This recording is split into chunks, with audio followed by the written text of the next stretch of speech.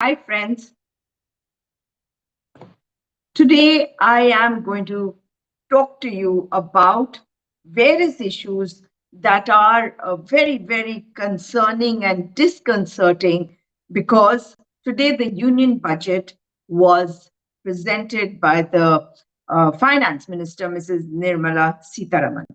Of course, she is the same person who finds flimsy excuses on various things. However, I thought that this time the budget is going to be something exceptional. But yes, other than making a fool out of the people, I don't think the budget is really doing anything much. And why do I say that the budget is actually fooling people? And you will understand when I explain to you what exactly I'm trying to say.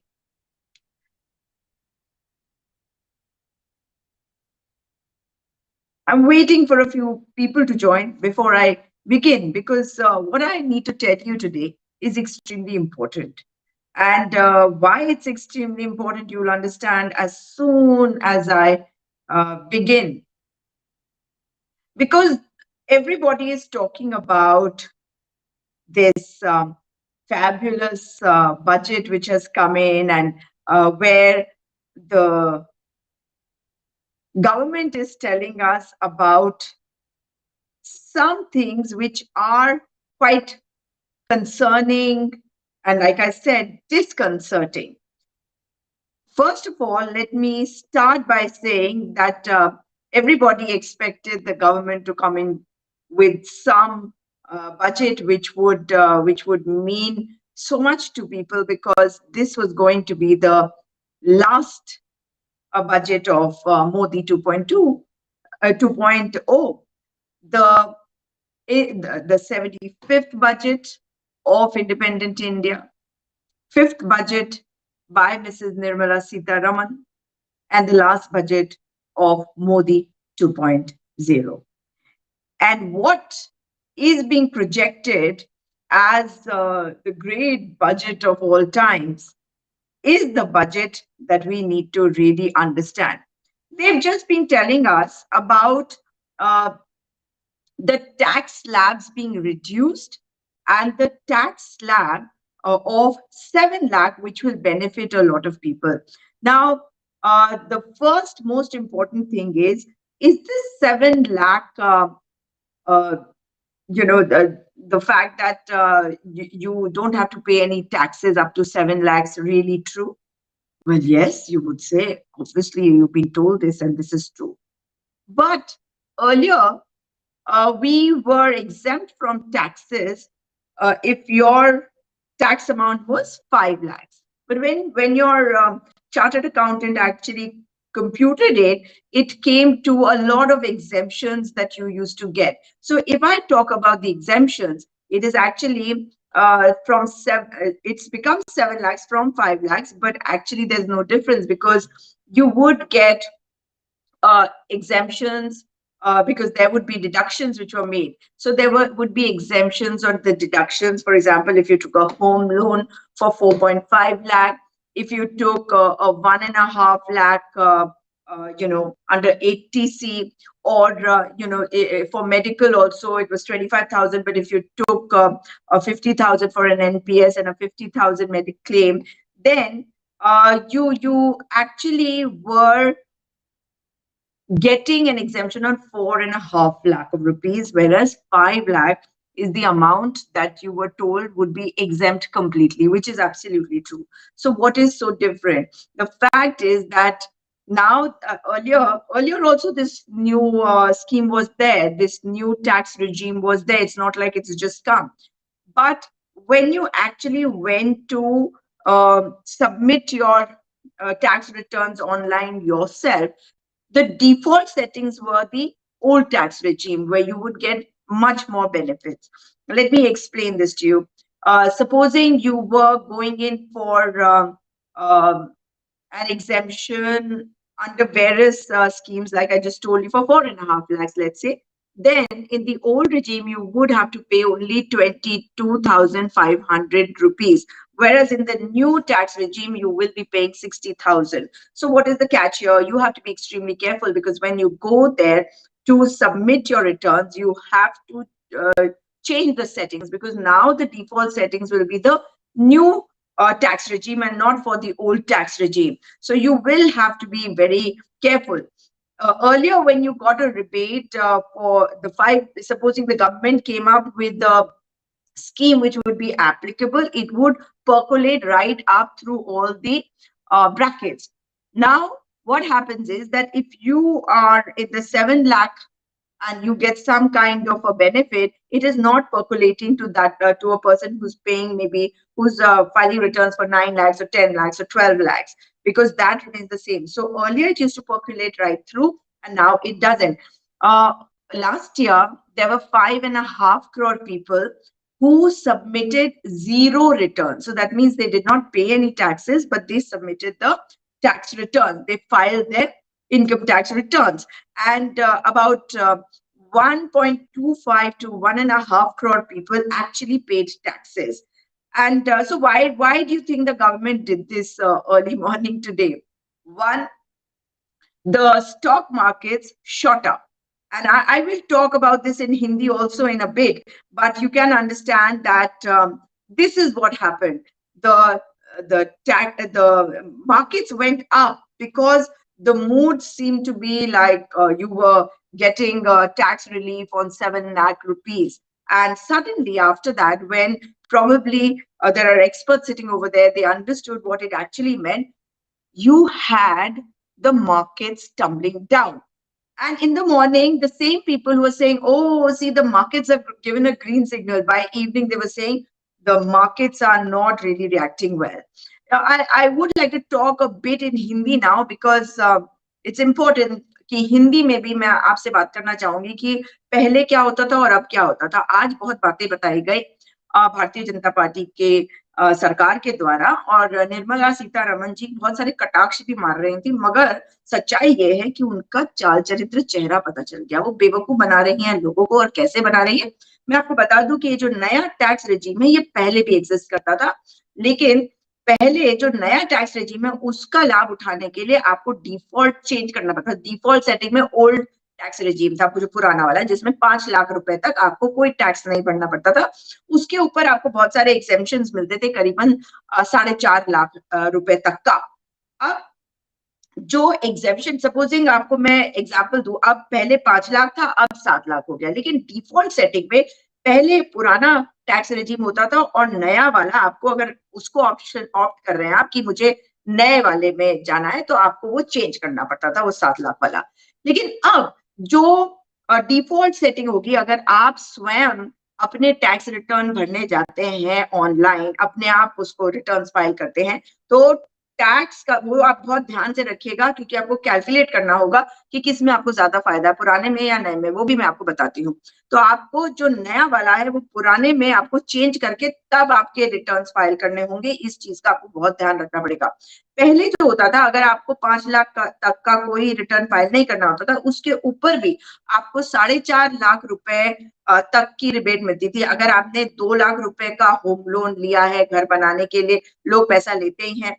1.5 lakh रुपए तक अगर आप 80C में करते हैं और 50,000 NPS scheme में 50,000 अपने मेडिक्लेम अपने माता पिता के साथ आपने ले रखा है, तो नहीं तो 10,000 एनपीएस में होता था। अगर इन सब चीजों को आप लेकर करते थे तो आपको करीबन 4.5 लाख रुपए पर डिडक्शन मतलब एग्जेम्पशन मिल जाते थे। अब आप और कितना डिडक्शन मिलता था वो भी मैं आपको बताती हूँ, लेकिन एक बहुत महत्वपूर्ण बात है। पहले क्या होता था कि अगर कोई बेनिफिट दिया जाता था किसी एक स्लैब में, तो वो सब स्लैब्स में उसका फायदा होता था। अब अगर 7 लाख वाला स्लैब इन्होंने अलग कर दिया, तो उसमें जो फायदा है, वो फायदा जिसमें 9 लाख रुपए की अर्निंग है या 10 है या 12 है, उनको ये फायदा वो सारे स्लैब्स में नहीं मिलने वाला। लेकिन इसमें एक कैच है जिसमें मैं आपको बाद में आऊंगी। लेकिन अगर मैं ये एग्जाम्पल आपको दूं कि 4.5 लाख रुपए की आप छूट की कोशिश कर रहे हैं कि आपको अलग अलग स्कीम्स में 80C है, मेडिक्लेम है, जो पुराना होता था, उसमें आप छूट पाने की कोशिश करते हैं, तो आपको जो नया टैक्स रिजीम है इसमें 60,000 रुपए भरना पड़ेगा। जो भी कैलकुलेशन है मैं इसमें डिटेल में नहीं जा रही हूँ, लेकिन जो पुराना टैक्स रिजीम है उसमें आपको 22,500 ही जमा करने पड़ेंगे। तो अपने आप सीए से बात करने के बाद ही इसको करिएगा। आपको और भी याद करा दूं कि पिछले साल करीबन 5.5 करोड़ लोगों ने अपने tax return zero return file करे। टैक्स रिटर्न फाइल करे मगर उसमें कोई टैक्स नहीं जमा किया, और 1.25 करोड़ से 1.5 करोड़ के बीच के लोगों ने टैक्स जमा किया। तो ये क्यों किया गया? ये इसलिए किया गया ताकि ये बताया जा सके सरकार के द्वारा कि मार्केट की ग्रीन सिग्नल है, क्योंकि मार्केट उठने लगा। जैसे ही 7 लाख, 20 लाख, 20 लाख बोला गया, मार्केट उठ गया। अब मार्केट तो उठ गया, पर साथियों उसके बाद क्या हुआ? मार्केट उठने के बाद फिर गिर गया, क्योंकि जब वहां पे ज्यादा एक्सपर्ट्स है, हम तो दूसरों की बातों पर रिलाय करके उनसे समझ कर आपको समझा रहे हैं, क्योंकि हमें तो टीचर की जरूरत है, लेकिन वो टीचर्स हैं वहां पर बैठे हुए, जिन्होंने जैसे ही देखा कि ये समझ में उनको आया, तो मार्केट जो है वो गिरने लग गया कि ये तो गड़बड़ हो गया है, टैक्स ज्यादा वसूलने का ये तरीका है सरकार का। अब आप देखिए कि क्या क्या इसमें बहुत सारी चीजें हैं, जैसे 15 साल में गाड़ी आपकी कंडम हो गई, पेट्रोल डीजल के दाम अगर आप देखें तो किस तरह से क्रूड ऑयल जो है, जो कच्चा तेल है, उसके दामों में 40% गिरावट आ चुकी है, फिर भी आम आदमी को इसका कोई बेनिफिट नहीं मिला है। अब एक और बात है कि क्या ये सरकार ये कहने की कोशिश कर रही है कि आप लोग एलआईसी में इंश्योर, मतलब आप पैसा ना लगाएं, आप इंश्योरेंस ना करें, आप मेडिक्लेम ना करें, आप घर के लिए लोन ना ले, क्योंकि जो एग्जेम्पशंस मिलते थे उसका फायदा हमें टैक्स में मिलता था, इसलिए हम और ज्यादा जो है ये लोन अगर ले रहे हैं तो उसका फायदा लेने की कोशिश करते थे कि हाँ, हिम्मत करते थे कि घर बना ले, या इंश्योरेंस, खास करके जब कोरोना हुआ उसके बाद बहुत सारे लोग जिनका इंश्योरेंस नहीं था, मेडिकल इंश्योरेंस, उनको समझ में आया कि उनको मेडिक्लेम लेना चाहिए, उसका भी उनको बेनिफिट मिलता था। लेकिन क्या सरकार ये चाहती है कि लोग इन सब चीजों को ना करें? ये सवाल उठता है। एक और बहुत महत्वपूर्ण बात है, देश में महंगाई, बेरोजगारी किस हद तक बढ़ चुकी है, लेकिन सरकार ने क्या किया है? 63% लोग इस देश के आज मुफ्त का अनाज पा रहे हैं। सरकार कह रही है कि अब मुफ्त का अनाज 63% लोगों को दे रहे हैं। तो सरकार ये नहीं चाहती शायद कि लोग जो है वो आत्मनिर्भर हो, वो चाहती है कि हम रोजगार तो ना दे, मगर लोगों को हम मुफ्त का अनाज दे। लेकिन साथ ही सवाल ये उठता है कि ये जो ब्रैकेट 7 लाख का बनाया है, अगर देश में 14 करोड़ लोगों के पास नौकरियां नहीं है, अगर वो बेरोजगार है, तो इस स्कीम का फायदा आखिर उठाएगा कौन? ये ब्रैकेट किसके लिए? ये ब्रैकेट कौन सा, कहाँ का? इसका मतलब आप समझ रहे हैं, इस ब्रैकेट का कोई फायदा नहीं है। जब महंगाई टोटली जिसे कहते हैं आउट ऑफ कंट्रोल हो चुकी है, जिस वक्त 12 लाख लोगों ने अपने भारतीय पासपोर्ट को मतलब गिव अप कर दिया है, और इस बजट में प्राइवेट सेक्टर के इन्वेस्टमेंट के लिए कोई ऐसा इंसेंटिव नहीं दिया गया, कुछ ऐसी चीज नहीं दी गई कि प्राइवेट सेक्टर में लोग इन्वेस्ट करने के लिए आना चाहे, तो इसका क्या फायदा हुआ? बेरोजगारी पर कोई बात नहीं हुई, महंगाई पर कोई बात नहीं हुई, गरीबी की कोई बात नहीं हुई, गरीबों के बारे में कोई बात नहीं हुई, और हम अपने आप को कहाँ जा रहा है, बड़ी बड़ी बातें करी जा रही है, शोषित वंचित। क्या करा आपने शोषित वंचित समाज के लिए? बड़ी मजेदार बात है कि आप महिलाओं की बात करते हैं कि महिला सम्मान, अगर महिलाएं अपना पैसे बैंक में डालेंगी, आपको याद है डिमोनेटाइजेशन के समय में महिलाओं के पैसे पे सबसे ज्यादा जो अटैक हुआ था, लेकिन अब जो महिलाएं हैं वो अपना पैसा संभाल के रखना चाहती है, लेकिन सरकार जो है वो चाहती है वो बैंक में रखे और उस पे उन्हें टैक्स दे, यानी कि कंट्रोल की ये बात है। बैंक में रखना अच्छी बात है, मगर कई बार महिलाएं जो है वो नहीं रखना चाहती, क्योंकि हमारे हिंदुस्तानी परिप्रेक्ष्य में आप देखें तो अगर किसी पत्नी के पास पैसे है, या कोई महिला विधवा है, या कोई माँ है जो बूढ़ी हो गई है, अपना पैसा अपने पास रखना चाहती है ताकि दबाव डाल के पति या बेटा वो पैसे उससे ना ले, बच्चे पैसे ना ले, तो ये तरीका होता है हमारे देश में। लेकिन इस तरीके पे एक अटैक हुआ है। इसी विषय में एक और बात है कि जो महिलाएं हैं उनके उनके सम्मान की आप बात कर रहे हैं, लेकिन जिन महिलाओं के साथ उनकी सुरक्षा के साथ खिलवाड़ हो रहा है, उनके खिलाफ अपराध हो रहे हैं, अपराधों में बढ़ोतरी हो रही है, उसके लिए सरकार कुछ नहीं कर रही है। दलितों पे, दलित महिलाओं पर जिस तरह का अत्याचार बढ़ गया है देश में, और आप देख रहे हैं, अब सरकार कहेगी जी नहीं, ये अब क्योंकि सोशल मीडिया का जमाना, अरे भाई तो सोशल मीडिया का जमाना है, तब तो और भी जरूरत है कि ये सारी चीजों को आप बंद करें, ये सब चीजें ना होने दें। तो आप देखिए कि अगर आप किसानों की आय जो है, इन्होंने कहा था कि हम डबल करेंगे, मगर किसानों के लिए क्या किया? अगर आप शिक्षा की बात करें, अगर आप स्वास्थ्य की बात करें, तो बहुत सारी बातें कही जा रही हैं, बहुत दावे हैं, लेकिन असल में उन उन सब का बजट जो है वो कम कर दिया गया है। Now I'll talk about this in English also for a bit. That what the government has brought about in this particular budget is that in 15 years your car will get will have to be will not cannot be used. The petrol diesel prices, which have not been brought under control, in spite of the fact that there has been a fall of about 40% or more in the crude oil prices, yet the relief has not been passed on to the consumers, not been passed on to the citizens of the country. Now, there is another very important question that there are 14 crore unemployed people in this country now. So, what bracket? Which bracket? For whom is this bracket of 7 lakhs? Because if you're not earning anything, where are you going to file your returns? Why are you going to file your returns? This is totally unacceptable that the government has not addressed these issues. The finance minister has not addressed these issues. Price rise and inflation is totally out of control. They have not mentioned anything about it. 12 lakh people of the country have renounced their passports. There is nothing in the budget which could invite investments for the private sector. There's nothing about the poor people, about inflation, about unemployed in the budget, and they have only been talking about things. But for example, agriculture, they have done nothing about it. Health sector, education sector, there is nothing substantial about it in the budget, and in fact, the expenditure on that will be much lesser. So because the budget allocation is going to be much lesser.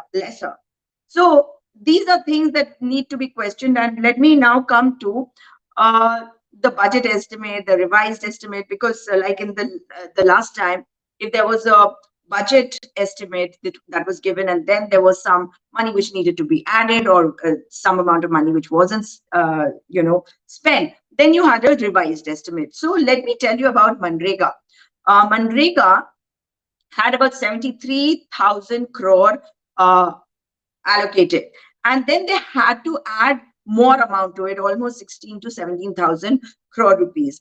But of course, people who have still not been paid their dues, that is not been considered in these figures.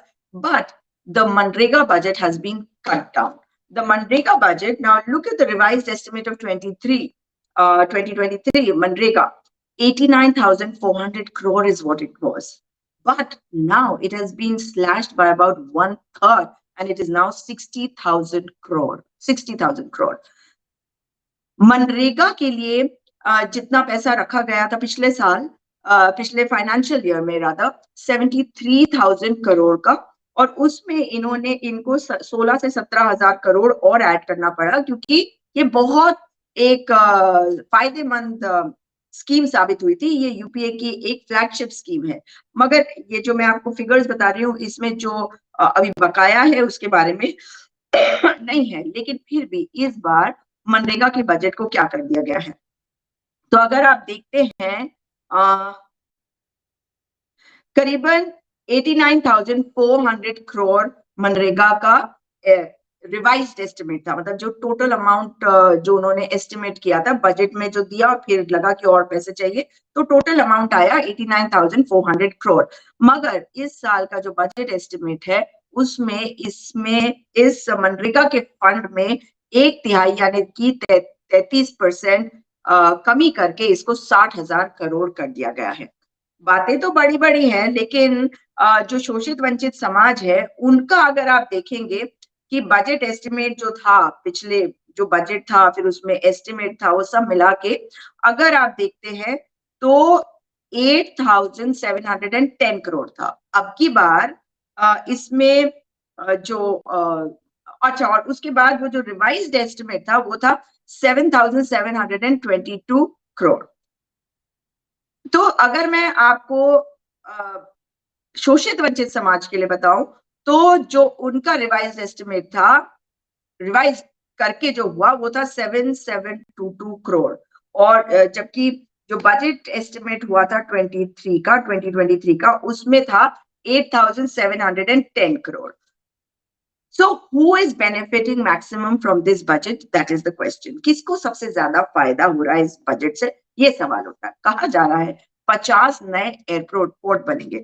तो ये 50 नए airport पे किसके लिए बनाया जाएगा? पैसा तो सरकार खर्च करेगी। ये पैसा जो है, जैसे नागालैंड में स्पोर्ट्स फैसिलिटीज के लिए पैसा खर्च करने के लिए कुछ किया जा सकता था, उत्तराखंड में जो पहाड़ों में इस वक्त भू धसाव हो रहा है उसको ठीक करने के लिए, पलायन को रोकने के लिए, वो सब किया जा सकता था। लेकिन 50 नए एयरपोर्ट अगर बनाए जा रहे हैं तो ये किसको दिया जाएगा? ये सवाल जरूर आपको पूछना चाहिए था। ये भी पूछना चाहिए कि जितने इतने बड़े बड़े ख्वाब इन्होंने दिखाए हैं वो आखिर किसके लिए हैं। और मैं अपनी बात को आज यहीं पर रोकूंगी, क्योंकि अंत में आपको कुछ और भी बताना चाहती हूँ, लेकिन उसके पहले अंग्रेजी में इस बारे में भी बता दूं।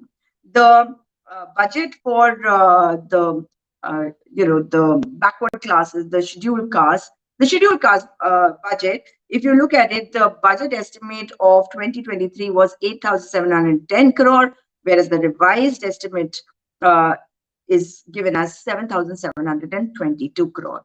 Now, who is going to benefit from the budget the maximum? 50 new airports are being built, but for whom are these being built?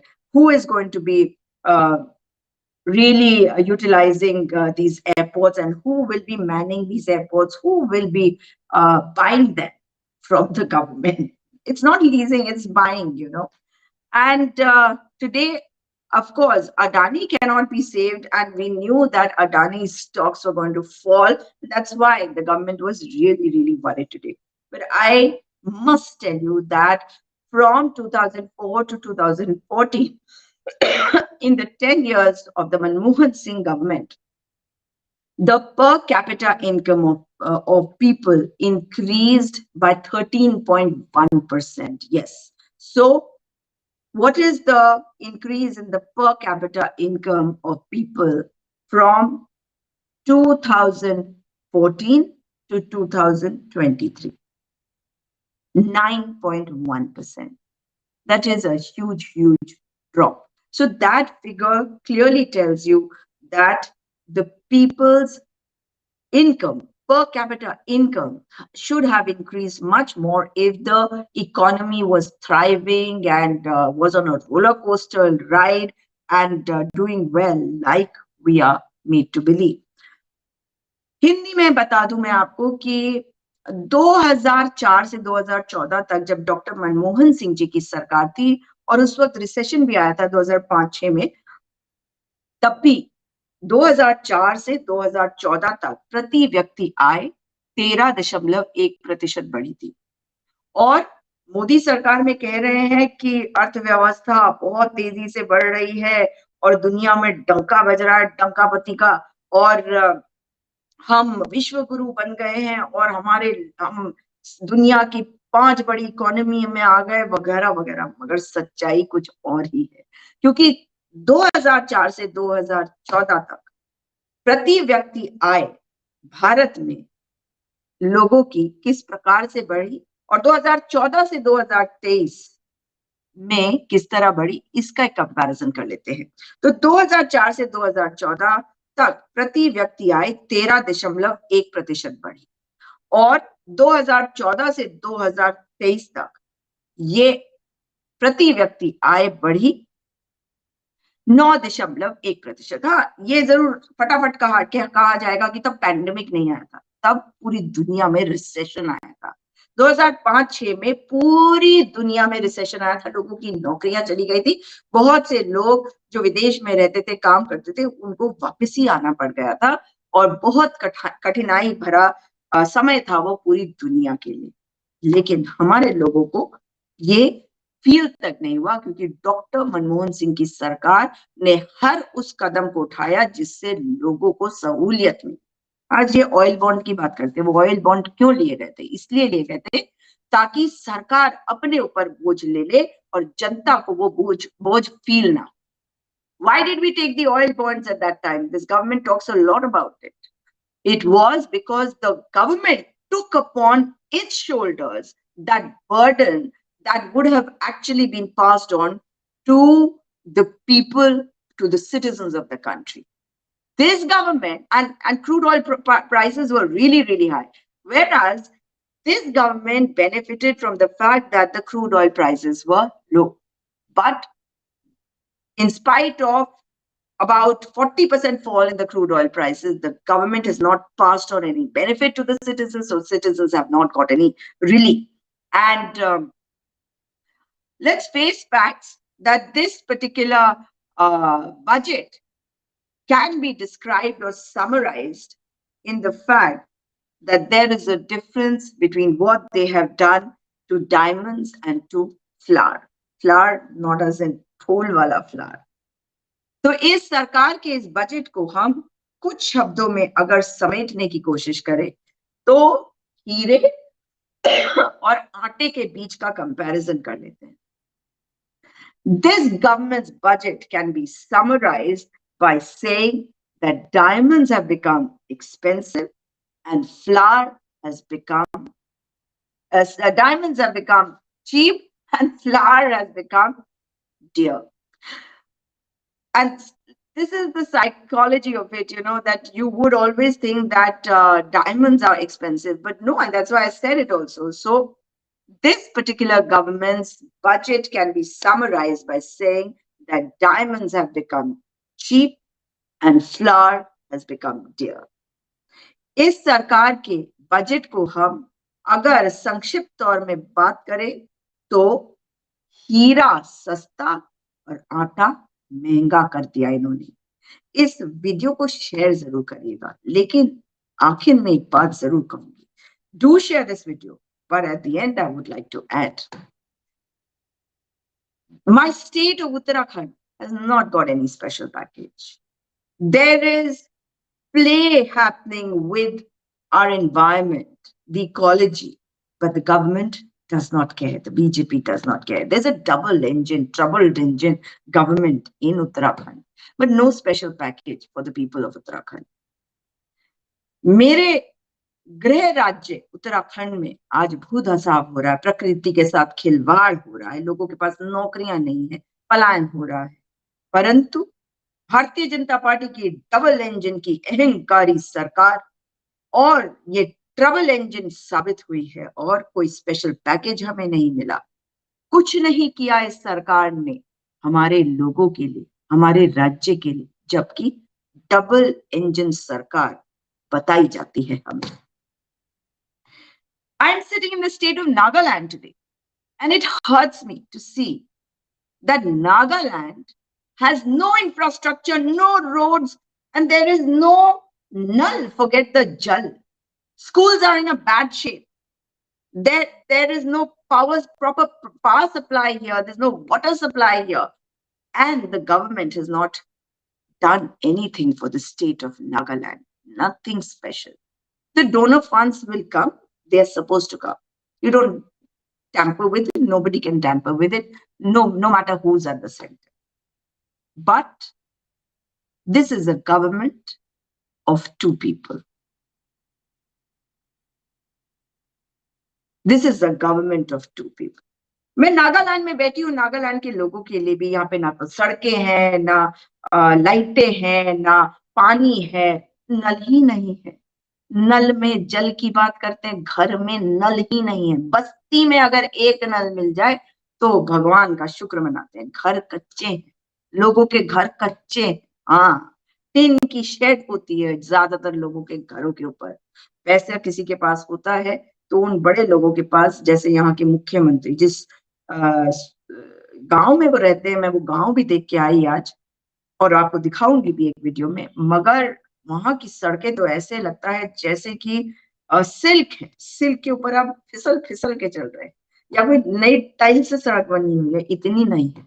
परंतु आम जनता के लिए ना सड़क, ना जल, ना नल, ना स्वास्थ्य, ना शिक्षा, ना बिजली, ना पानी. ये हालत है नागालैंड की.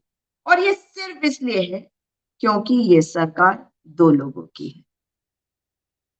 This government, the government of India, which has passed the union budget, has only helped those who are rich. And let me explain why. The highest income tax bracket has also seen a reduction.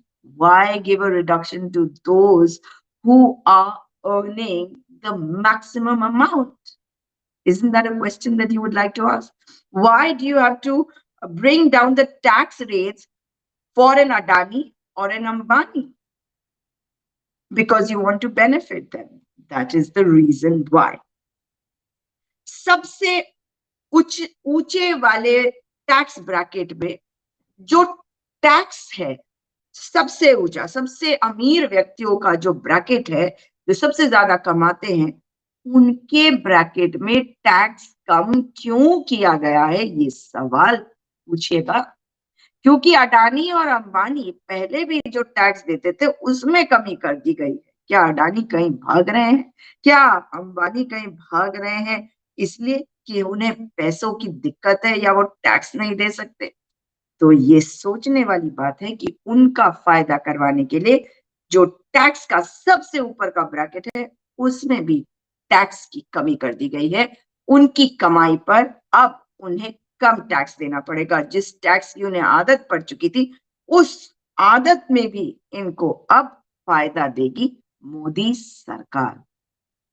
So that tax bracket will also get the benefit because the Modi government wants to help these capitalists. So that is why this is a government of crony capitalists.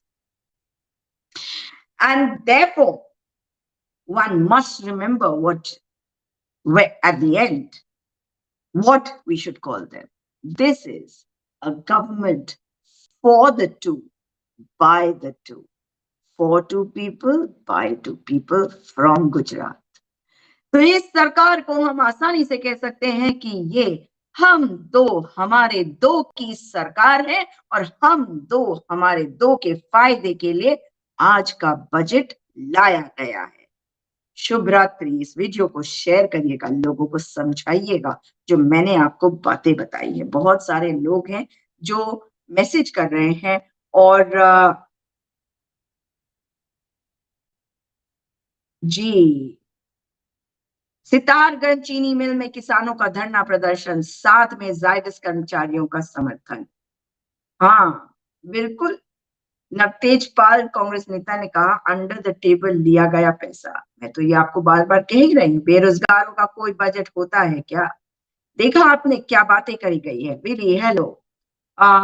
Yes, last day I see one LED TV price 10,000. Today after budget, I think to buy from Flipkart and price increased by 1,000. The price is 11,000. This is Amrit Kal budget or Vish Kal budget, says Dev. Asang Lakor, hello.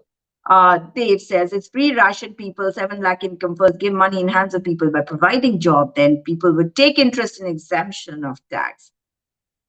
Yes, Dave says, love you, Sujata, ma'am. God bless you. You have very bright future. Sanjay says, ma'am, कैसे हो आप? संजय, मैं बिल्कुल ठीक हूँ। Ma'am, आजकल बहुत निराशाजनक बजट रहा, बेरोजगारों के लिए तो कुछ है नहीं और उत्तराखंड का तो जिक्र ही नहीं इस बजट में। बिल्कुल यही बात मैं कह रही हूँ। मैम, कोई मोदी जी से कह दो 2024 में उत्तराखंड से कोई आशा नहीं रखना आप। Don't have any hope from Uttarakhand is what Sanjay is saying. And people of Nagaland should be extremely careful because this is a party, BJP is a party which is hateful, which only spreads hatred, divides people, and hates anybody who is not a fanatic of their kind. Yes, Willie, my network is not good. I'm so sorry. What to do? I have to make do with what I have. सड़क कांग्रेस सरकार में आपकी सरकार बनेगी तो सबसे पहले उत्तराखंड में सीबीआई लगाना, बहुत पैसा मिलेगा। युवाओं के फ्यूचर के साथ खिलवाड़ किया यहाँ के नेताओं ने। फॉन्गलैंड, हेलो। सड़क कांग्रेस सरकार ने पाना नहीं की बात अभी तक कोई मोड़ के नहीं देखा, जबकि इंटरनेशनल बॉर्डर बाढ़ते है। ये है लुक ईस्ट पॉलिसी। ईस्ट के लोगों को बहुत परेशानी है और उसकी बात उनकी बात को बहुत ध्यान से सुन भी रहे हैं कांग्रेस जन। नागालैंड का बजट सब मिलजुल के बांट के खा जाता है। आम लोग इनोसेंट का बहता फोन उड़ा देता है। अब ने अभी तक जितना बढ़ता फंस किया वो तो कुछ भी नहीं। अच्छा, जितना मैंने भांडा फोड़ किया है। ग्राउंड रियलिटीज बहुत खराब है। नागा एमएलए तो सीट के द्वारा रेड मारने जाए। 16 people watching this. Yes, doesn't matter. Even if 16 people are watching, there are other places also that they are watching. We don't bother about how many people watch Colorless because you are a troll. Yes. Hello, ma'am. Awomi says, Dimapur Kohima तो नागा लोग के लिए haven है, बाकी district एक बार visit करे request. बिल्कुल, I will be, I'm trying to do that, and definitely I will be doing that very soon also. So I will end my live for today because I wanted to talk to you about all these things. And yes, he's anti-women, anti-poor, forgetting his village days. Sitaraman is a disgrace to womanhood for neglecting the women, jobless, and the poor people. Or even Edward says, there are, Fauji Bolanegi says, very good. Samrat Sanuj, namaskar. HK Changezi, namaskar. Shubhendu, namaskar. Veer Prakash Lodi, yes, Modi BJP RSS Gayo, Afishuddin, Paras Nath, namaskar. So I will end the live here today, and I hope that you will share this video as much as you can because this budget has brought nothing to Nagaland, nothing to Uttarakhand, smaller states, and both with the double engine governments. Beware of them. Take care, and I'll see you again soon. Goodbye for now.